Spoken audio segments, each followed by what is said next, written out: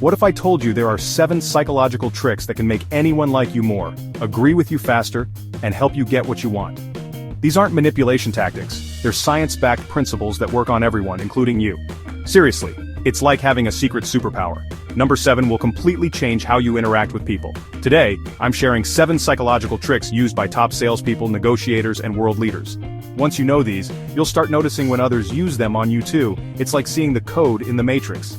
These are simple, easy-to-use techniques you can start applying today. By the end of this video, you'll have a whole new toolkit for your social, work, and everyday life. Ready? Let's dive in. Trick number 1, the Benjamin Franklin effect. This is a classic psychological hack that's been used for centuries, and it's named after one of America's most famous founding fathers. But what exactly is it, and why does it work so well? It sounds completely backward, but if you want someone to like you, don't do them a favor. Ask them to do you a small favor instead. It could be something as simple as borrowing a pen, asking for directions, or requesting a tiny bit of help with a task. Here's why it works. When someone helps you, their brain needs to justify why they went out of their way. This is where cognitive dissonance comes in. Their mind thinks, if I help this person, I must like them, right? So by doing you a favor, they actually convince themselves that you're likable. Benjamin Franklin himself used this trick to turn a political rival into a friend. He asked to borrow a rare book, returned it with a heartfelt thank you, and from that moment on the two became close allies. It's a real-life example of how a simple request can change the course of a relationship. The key is to keep your requests small, reasonable, and easy to fulfill. You don't want to ask for anything too big or burdensome, just something that takes a moment or two. For example, you might say, could you pass the salt at dinner, or can I borrow your pen for a second at work? These tiny requests are non-threatening and easy for almost anyone to say yes to. When someone helps you even in a small way, it makes you seem more approachable and trustworthy. Strangely enough, people end up liking you more after they've done you a favor, not less. This isn't about tricking people or taking advantage of their kindness. It's about starting a positive social loop, a cycle where both people feel good about the interaction and are more likely to help each other in the future.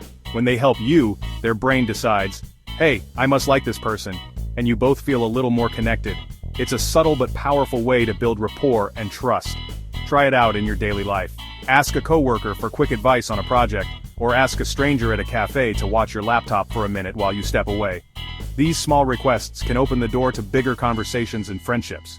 Each time you ask for a little help, you're building a tiny bridge between you and the other person. That small investment of trust makes people see you in a warmer, more positive light.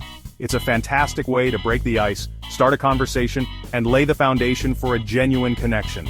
Over time, these little moments add up and can turn strangers into friends. So remember the Benjamin Franklin effect. Put it in your pocket and use it whenever you want to make a great first impression or build a new relationship. It's a simple, science-backed way to get people to like you, one small favor at a time. Trick number 2, mirroring. This is one of the most powerful yet subtle techniques for building instant connection with anyone you meet. It's a social superpower that works in almost every situation, from making new friends to acing job interviews or even deepening relationships with people you already know. Mirroring means subtly copying someone's body language, gestures, or speech patterns. It's not about being a mimic or acting like a robot, but about tuning into the other person's vibe and reflecting it back in a natural, comfortable way. We're naturally drawn to people who are like us. It's primal. Our brains are wired to seek out similarities, and when we notice someone moving or speaking like we do, we feel an instant sense of comfort and belonging. When you mirror someone, you're non-verbally saying, I'm with you, I get you. It's like sending a silent signal that you're on the same wavelength, which helps break down barriers and makes the other person feel seen and understood. This creates instant, subconscious rapport and trust. People may not even realize why they feel comfortable around you, but they'll sense that you're someone they can relate to and open up with. In practice, if they lean forward, you lean forward. If they sit back and relax, you do the same. It's about matching their physical energy and showing you're engaged in the moment. If they cross their legs, you do too, just not immediately or obviously. Wait a few moments, then naturally shift your position. The goal is to be subtle, so it feels organic and not forced. Match their energy and posture in a way that feels natural, not like Simon Says. Think of it as a gentle dance where you're following their lead but adding your own style. The key, be a mirror, not a copycat. Keep it subtle. If you overdo it, it can come off as awkward or even a little creepy, so always aim for authenticity. Top negotiators and salespeople use this to build trust before talking business. It's a secret tool in high-stakes conversations, helping to create a sense of partnership and understanding before any words are even exchanged. But here's the catch. If they notice you're copying them, the effect is broken. So pick one or two things to mirror, like their posture or the way they gesture with their hands, and let the rest happen naturally. Next time you're in a conversation, gently adjust your body language to match theirs. Notice how they sit, how they use their hands, or even the rhythm of their speech, and reflect it back in your own way.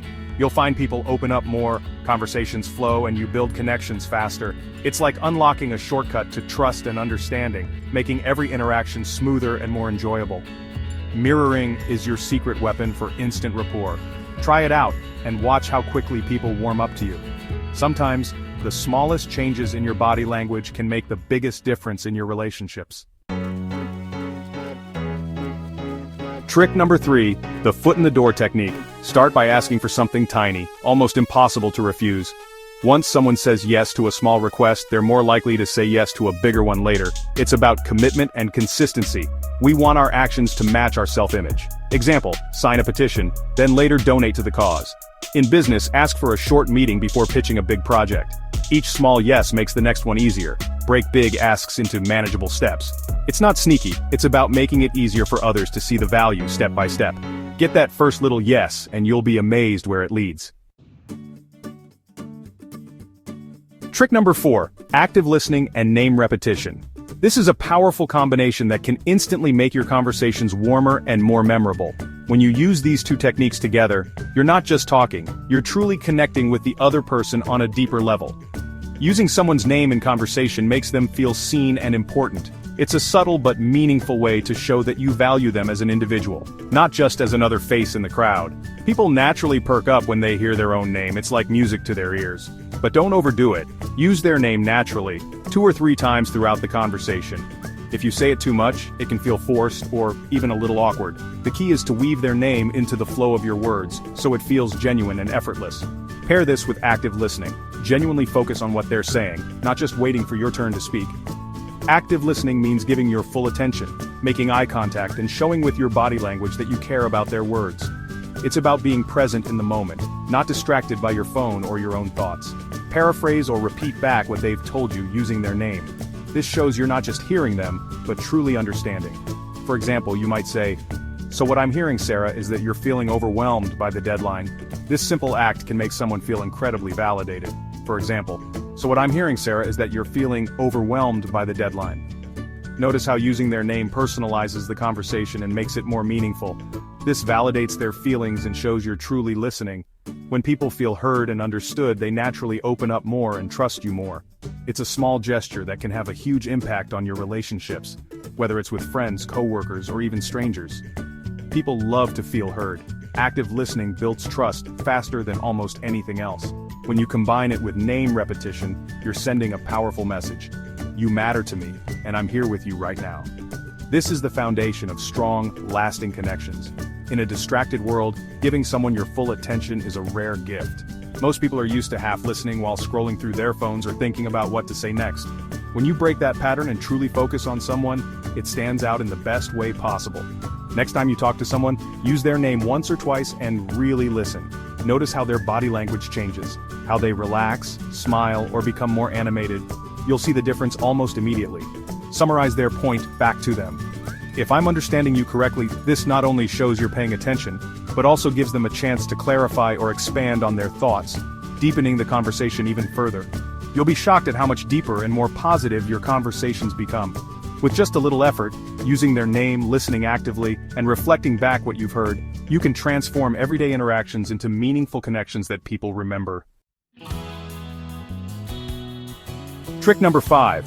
The contrast principle. We judge things by comparison, not in isolation. Example, a real estate agent shows you 2 terrible houses before the one they want to sell. Suddenly, it looks amazing. Stores do this with expensive items to make regular ones seem like bargains. Use this in your life by framing your requests. Need your team to work Saturday? First mention needing 2 weekends, then settle for 1. Suddenly one sounds reasonable. In negotiations, start with a higher number so your real target seems fair. The first offer sets the context. Make your real request seem smaller or more reasonable by comparison. The contrast principle is a powerful persuasion tool. Trick number 6, social proof. We look to others to decide what's correct. If everyone's doing it, it must be right. Marketers use this 9 out of 10 dentists recommend or best-selling product. Social proof reduces uncertainty and makes us feel safer in our choices. When choosing a restaurant, the one with a line seems better. That's social proof in action. Use this by showing others are already on board, especially people similar to your audience. Your neighbors have joined, or the sales team is already using this. The more relevant the proof, the more persuasive it is. Gather testimonials, share success stories, and point out how many others have made the same choice. Leverage the power of the group to help people feel confident in their decision. Trick number 7, the Zeigarnik effect. Our brains remember incomplete or interrupted tasks better than finished ones. We crave closure. That's why cliffhangers work so well in TV shows. The story is unfinished and your brain obsesses over it. Use this by creating open loops, tease information, or hint at what's coming. In presentations, say, "I'll share the third reason in a moment, but first." In emails, use subject lines like, "I have an idea but a quick question first." In conversation, mention a story you'll tell later. This keeps people engaged and ensures follow-up. Don't give all the information at once, create little cliffhangers. The Zeigarnik effect makes you and your ideas unforgettable. There you have it, 7 powerful psychological principles you can use right away. Use them ethically to build genuine connections, not to manipulate. The goal is mutual benefit and stronger relationships. Try just one this week, maybe active listening and name repetition. Notice how people respond differently and how conversations deepen. Which trick surprised you most? Let me know in the comments. Subscribe for more psychology secrets and check out my next video on the tricks marketers use to make you buy things you don't need. Thanks for watching.